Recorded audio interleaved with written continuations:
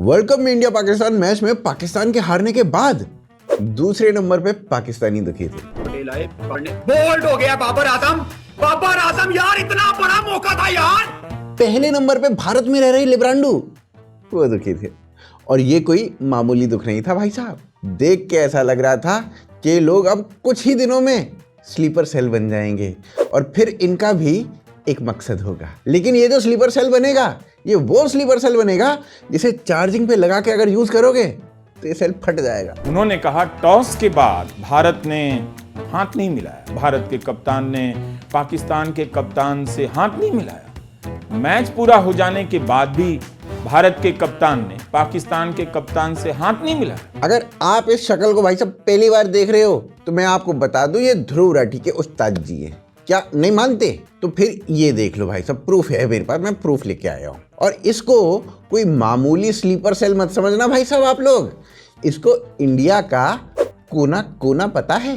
कभी linking road, कभी warden road, कभी कैडल रोड, कभी जीबी रोड। नाम जहन में आते ही कई तरह की तस्वीरें खड़ी हो जाती हैं। भाई साहब, पाकिस्तान कैप्टन से हाथ ना मिलाने का इतना दुख खुद पाकिस्तान के कैप्टन को नहीं हुआ था जितना पेट में दर्द रवीश कुमार को हो रहा है। और देखते ही देखते पेट का दर्द रवीश के टॉप फ्लोर यानी दिमाग तक पहुंच जाता है। लेकिन पाकिस्तानी बल्ले से टच करने वाली गेंद तो सब पकड़ रहे थे।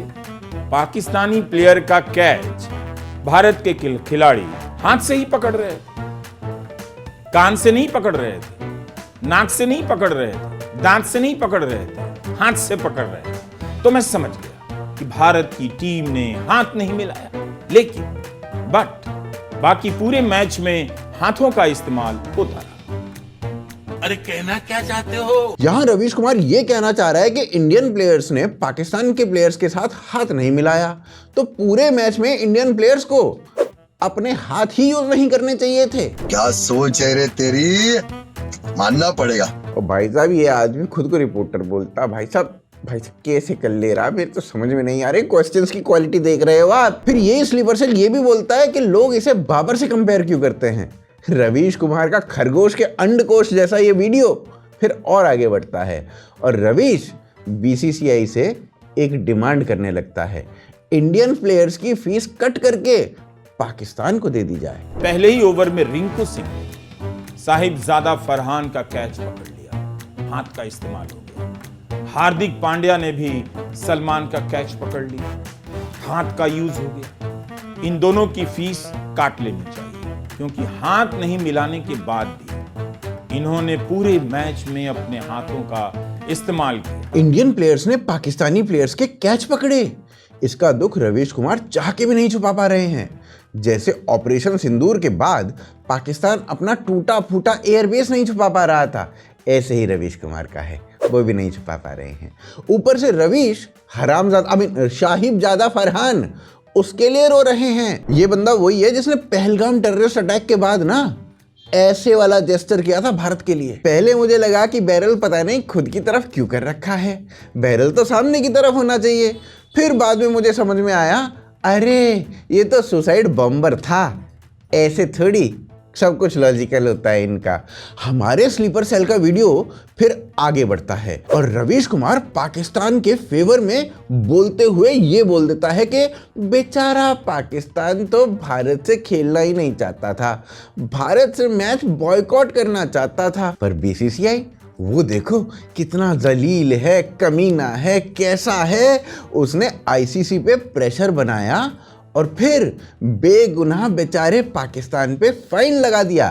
तब जाके पाकिस्तान खेलने के लिए तैयार हुआ। बॉयकॉट पर टिके रहते। वैसे पाकिस्तान खेलना नहीं चाहता था, उस पर दबाव बनाया गया, फाइन लगाने का डर दिखाया गया, तब खेलने आ गया, नहीं तो नहीं आता। भाई साहब, यही सेम लॉजिक लगा के ना रवीश कुमार पाकिस्तान के टेररिस्टों को भी बेगुनाह साबित कर सकता है, ये बोल के कि आईएसआई ऑनलाइन ना बंदूक और आरडीएक्स का ऑर्डर दे चुकी थी। आरडीएक्स पड़ा पड़ा पाकिस्तान में सड़ रहा था। अब इसलिए कुछ पाकिस्तान के लोग ट्रेनिंग करने चले जाते हैं और ट्रेनिंग लेके इंडिया में घुस जाते हैं। उस आरडीएक्स को यूज करने के लिए उनका कोई और पर्पस नहीं था, वो बेचारा सड़ जाता आरडीएक्स, इसलिए उसको यूज करने के लिए इंडिया में घुस गए। तभी इंडियन आर्मी ने इन बेचारे मासूम टेररिस्टों को मार गिराया। अब समझे आप लोग रवीश कुमार को बाबर से कंपेयर क्यों किया जाता है। इंडियन प्लेयर्स के बाद रवीश कुमार इंडियन कमेंट्रेटर्स पे भी रवीश रोना मचा देते हैं। कैसे हरभजन सिंह ने पाकिस्तानी कमेंट्रेटर के साथ भेदभाव किया कि हरभजन ने मिसबाह को छू तो नहीं लिया, एक दूसरे से हाथ तो नहीं मिला लिया, पानी तो नहीं बढ़ा दिया, मिसबाह का दिया हुआ ग्लास लेकर प्यास तो नहीं मिटा ली। बजरंग दल वालों को पता होगा, आप उनसे पूछिए। भाई साहब इसी वजह से ना रवीश कुमार को कोई पॉडकास्ट पे नहीं बुलाता। अब रवीश कुमार को किसी ने पॉडकास्ट पे बुलाया, भाई उससे ही उसकी कास्ट पूछने लग जाए, कोई भरोसा थोड़ी है इसका। अभी तक रवीश वीडियो में ना हाथ हाथ कर रहा था, अचानक से वीडियो में रवीश टांग टांग करने लगता है। पाकिस्तान के खिलाड़ियों की टांगे कांप जाने पर बहस हो रही है, तो वहां मुद्दा टांग हो गया है, भारत में मुद्दा हाथ हो गया है। ये अच्छा हो, वेरी गुड। हमने क्रिकेट को बांटते बांटते हाथ और टांग में बांट दिया। लगता है रवीश ने पाकिस्तान का कुछ ऐसा मुंह में ले रखा है जो ना हाथ है ना टांग है। स्लीपर सेल आगे के वीडियो में यह बताता है कि कैसे इंडिया फेल हो गई, पाकिस्तान की मॉरल विक्ट्री हो गई। कुल मिलाकर हाथ न मिलाने की रणनीति भारत की फेल हो गई है। पाकिस्तान में उसकी कम चर्चा है, भारत में मैच जीतकर भी उसी की चर्चा है, जीतने के बाद भी भारत में पाकिस्तान की ज्यादा चर्चा हो रही है। जिसने भी हाथ ना मिलाने की रणनीति बनाई है उसे आईसीसी से निकाल देना चाहिए, लेकिन वो फैसला जय शाह का है तो उन्हें नहीं निकालना चाहिए। वैसे जो मॉरल विक्ट्री वाला है ना, ये नया नहीं है। इससे पहले कई बार राहुल गांधी को मॉरल विक्ट्री दिला चुके हैं। जैसे जैसे वीडियो आगे बढ़ता जाता है ये समझ में आने लगता है कि रवीश का इलाज अब देखो अब पॉसिबल नहीं है, अब ना हो पाएगा। भारत के पास वो सारी टेक्नोलॉजी ही नहीं है जिससे वो अधपगले स्लीपर सेल का इलाज कर सके। भाई साहब पूरे वीडियो में रवीश कुमार उस पागल कुत्ते की मिमिक्री करता हुआ दिखता है जो हर गाड़ी के पीछे भाग रहा होता है जब तक वो गाड़ी सलमान खान ना चला रहा हो। रवीश आगे उन इंडियंस पे भी भड़क जाता है जो इंडिया की जीत को सेलिब्रेट करते हैं। लेकिन जो लोग पटाखे छोड़ रहे थे वो क्या देख रहे थे? वो तो क्वालिटी की चिंता नहीं कर रहे थे, रिजल्ट से ही मतलब था उनको।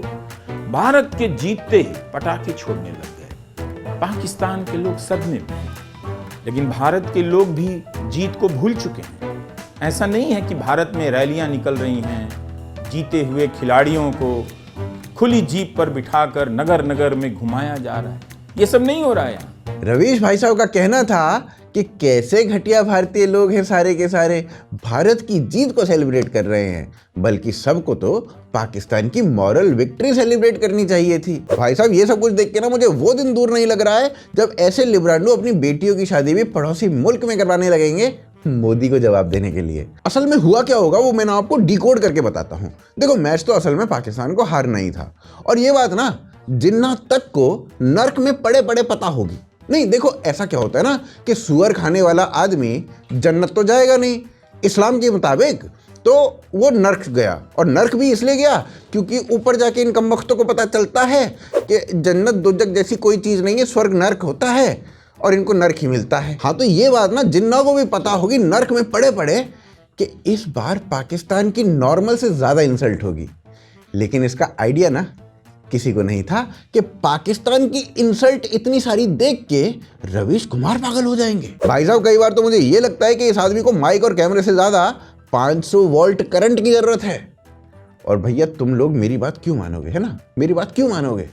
तो लो खुद रवीश कुमार से सुन लो। भैया पूरे मैच में मातम मना लिया इस औरत ने, रो लिया, गा लिया, सब कुछ कर लिया, और फिर ये कह रहा है कि इसने मैच ही नहीं देखा, मैच ही नहीं देखा। अब बताओ इस आदमी का इलाज कौन से जानवरों के डॉक्टर से कराएं, हमें ये समझ में नहीं आ रहा। मैं क्रिकेट नहीं जानता और मैं क्रिकेट नहीं देखता कि मैंने कल का मैच नहीं देखा, उसके पहले का मैच नहीं देखा, उसके बाद का भी नहीं देखा।